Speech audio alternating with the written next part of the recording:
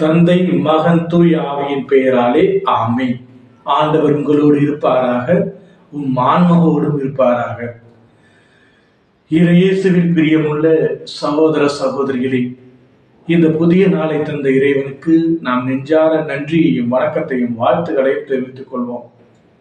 இறைவன் இரக்கம் உள்ளவர், கருணை உள்ளவர், அவர் என்றும் நம்மோடு இருக்கின்றவர். இன்றைய நற்செய்தியானது லூக்கா எழுதிய நற்செய்தி 20வது அதிகாரம் 27 40 முடிய உள்ள வசனம்.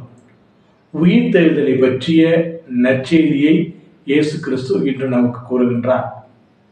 அவர் இந்த நற்செய்தி சுருக்கமாக சொன்னால், இறப்பிற்கு பின் விண்ணுலகில் அனைவரும் கடவுளின் பிள்ளைகளாக வாழ்வோம். இங்குதான் பெண் கொடுப்பதும் பெண் எடுக்குவதும், திருமணம், கணவன் மனைவி, உற்றார் உறவினர், நண்பர், அண்ணன் தம்பி, அக்கா தங்கை என்ற உறவுகளோடு வாழ்ந்து கொண்டிருக்கின்றோம். ஆனால் விண்ணகத்தில் அவ்வாறு இல்லை.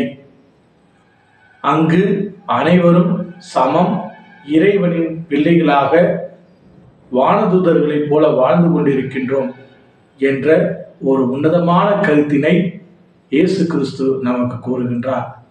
உயிர்த்தெழுதலின் மீது நம்பிக்கை இல்லாத சதுசேயர்கள் இயேசுவிடம் கேட்டபோது, அவர் உயிர்த்தெழுதல் உண்டு, ஆனால் அந்த உயிர்த்தெழுதலில் இங்கிருப்பது போல அங்கு திருமண பந்தம் கிடையாது, அனைவரும் ஆபிரகாமின் பிள்ளைகள், இயேசு கிறிஸ்துடைய கடவுளுடைய பிள்ளைகளாக நாம் வாழப் போகின்றோம், வாழ்வோம் என்று அவர் மிக தெளிவாக விளக்கம் அளிக்கின்றார்.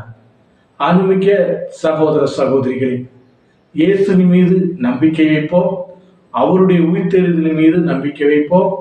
இறைவன் உடைய பிள்ளைகளாக நாம் வாழ நாம் முயற்சி எடுப்போம். அதற்கு தடையாக இருக்கின்ற குற்றங்கள், குறைகள், பாவங்களை அனைத்து நினைத்து பார்த்து மனம் வருந்தி மன்னிப்பை வேண்டுவோம். இறைவன் இரக்கம் உள்ளவர், கருணை உள்ளவர், அவர் என்றும் நம்மோடு இருக்கின்றவர். இந்த புதிய நாளை மிகுந்த மகிழ்ச்சியோடு தொடங்குவோம்.